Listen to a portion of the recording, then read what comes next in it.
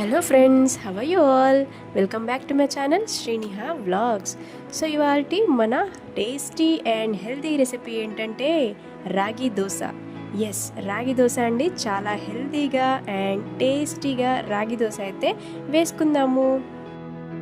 And అలాగే దాంట్లోకి super టేస్టీగా ఉండే పల్లి చట్నీని కూడా తయారు చేసుకుందాము. ఈ రెండు కూడా చాలా అంటే చాలా ఈజీగా అయితే తయారు చేసుకోవచ్చండి. ఒకసారి ఖచ్చితంగా ట్రై చేయండి. ఇక్కడ నేను దోశ బ్యాటర్ కోసం 2 కప్స్ రైస్ తీసుకున్నాను.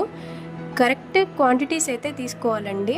అండ్ 1 కప్పు మినపగుళ్ళు తీసుకున్నాను. అండ్ అలాగే 1 కప్ ఆఫ్ రాగులు తీసుకున్నాను. అండ్ అలాగే 3/4 కప్పు వరకు శనగపప్పును కూడా తీసుకున్నానండి. ఇప్పుడు ఇవన్నింటినీ 2-3 టైమ్స్ బాగా వాష్ చేసుకోవాలండి. ఈ రాగులలో డస్ట్ అయితే చాలా ఎక్కువగా ఉంటుందండి. సో 2-3 టైమ్స్ ఖచ్చితంగా వాష్ చేసుకోవాలి. ఇలా వాష్ చేసుకున్న తర్వాత మూత పెట్టుకొని ఒక 8 అవర్స్ పాటు నానబెట్టుకోవాలి. మిక్సీ జార్లో మెత్తగా ఇలా గ్రైండ్ చేసుకొని ఓవర్ నైట్ అయితే నానబెట్టుకోవాలండి. ఈ పిండినైతే ఇలా ఓవర్ నైట్ నానబెట్టుకోవడం వల్ల దోశలు అయితే క్రిస్పీగా టేస్టీగా వస్తాయండి. సో ఖచ్చితంగా ఓవర్ నైట్ నానబెట్టుకోవాలి. చూడండి ఫ్రెండ్స్, నెక్స్ట్ డే మార్నింగ్ ఈ పిండి అయితే డబుల్ అయిపోయింది. సో ఇందులో టేస్ట్కి సరిపడా సాల్ట్ని యాడ్ చేసుకొని బాగా కలిపేసుకోవాలి. మనం స్టవ్ ఆన్ చేసి ప్యాన్ హీట్ అయ్యాక దానిపైన కొద్దిగా ఆయిల్ స్ప్రింకిల్ చేసుకోవాలి. ప్యాన్ బాగా హీట్ అయ్యాక కొద్దిగా బ్యాటర్ని తీసుకొని ఇలా ఈవెన్గా స్ప్రెడ్ చేసుకోవాలి. బేస్ ఫ్లాట్ ఉన్న బౌల్తో ఇలా మనం ఈజీగా స్ప్రెడ్ చేసుకోవచ్చండి. కొద్దిగా ఆయిల్ దోశ అంచుల్లో ఇలా రౌండ్గా వేసుకోవాలి. ఇప్పుడు మనం సన్నగా తరిగిన క్యారెట్, ఉల్లిపాయ ముక్కలు అండ్ కొత్తిమీర దోశ పైన ఇలా ఈవెన్గా స్ప్రెడ్ చేసుకోవాలి.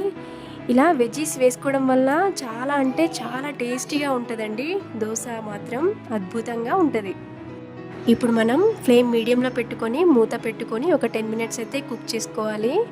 ఇలా దోశ గోల్డెన్ బ్రౌన్ కలర్లోకి వచ్చాక 1 సైడ్ ఇలా ఫోల్డ్ చేసుకోవాలి. అంతే అండి, మన దోశ అయితే రెడీ అయిపోయింది. ఇప్పుడు మనం చట్నీ ప్రిపేర్ చేసుకుందామండి. స్టవ్ పైన బాండి పెట్టుకొని హీట్ అయ్యాక అందులో 1 టేబుల్ స్పూన్ ఆయిల్ వేసుకోవాలి. ఆయిల్ హీట్ అయ్యాక 5-6 పచ్చిమిర్చి ఇలా మధ్యలోకి కట్ చేసుకొని వేసుకోవాలి. పచ్చిమిర్చి కూడా బాగా ఫ్రై అయ్యాక కొన్ని పల్లీలు కూడా యాడ్ చేసుకుందాము. ఇలా బాగా ఫ్రై చేసుకోవాలి. పల్లీలు బాగా వేగాలండి. పల్లీలు బాగా వేగాక 5-6 వెల్లుల్లి రెబ్బలు కూడా వేసుకుందామండి. ఒక పెద్ద సైజు టమాటోని ముక్కలుగా కట్ చేసుకొని వేసుకోవాలి. మూత పెట్టుకొని ఒక 5 నిమిషాలు కుక్ చేసుకుందాము. ఇప్పుడు ఇందులోనే మనం కొద్దిగా కొత్తిమీరని కూడా యాడ్ చేసుకుందాము. బాగా కలుపుకొని మూత పెట్టుకొని ఒక 5 నిమిషాలు కుక్ చేసుకోవాలి.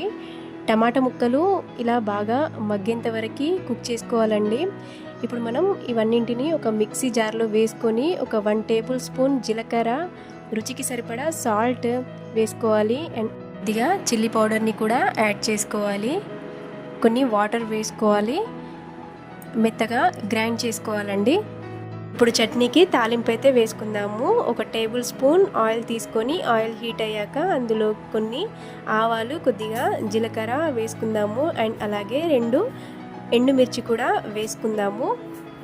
అండ్ అలాగే కొద్దిగా కరివేపాకు కూడా వేసుకుందాము. ఇప్పుడు మనం చట్నీని ఈ తాలింపులో వేసుకొని బాగా కలుపుకోవాలి. అండ్ అలాగే కొన్ని వాటర్ కూడా ఇందులో వేసుకోవాలి. బాగా పల్చగా కాకుండా ఇలా కొన్ని వాటర్ యాడ్ చేసుకొని బాగా కలుపుకోవాలి. మన చట్నీ అయితే రెడీ అయిపోయిందండి. చాలా టేస్టీగా అయితే ఉంటుంది. ఒకసారి ఖచ్చితంగా అయితే ట్రై చేయండి. మన ఈ చట్నీ ఇడ్లీ, దోశ, ఉప్మా ఇలా ఏ బ్రేక్ఫాస్ట్లోకి అయినా చాలా అంటే చాలా బాగుంటుందండి. చాలా ఈజీ కదా. సో ఒకసారి ఖచ్చితంగా ట్రై చేయండి ఫ్రెండ్స్. సో ఫ్రెండ్స్, ఎలా ఉంది మన ఈ వీడియో? రాగి దోశ విత్ పల్లి చట్నీ రెసిపీ చాలా బాగుంది కదా. పిల్లలు కూడా చాలా అంటే చాలా బాగా తింటారండి. సో ఖచ్చితంగా ట్రై చేయండి. సో మన ఈ వీడియో కనుక మీకు నచ్చినట్లయితే లైక్ చేయండి, షేర్ చేయండి అండ్ అలాగే మన ఛానల్ అయితే సబ్స్క్రైబ్ చేసుకోండి. శ్రీనిహా వ్లాగ్స్.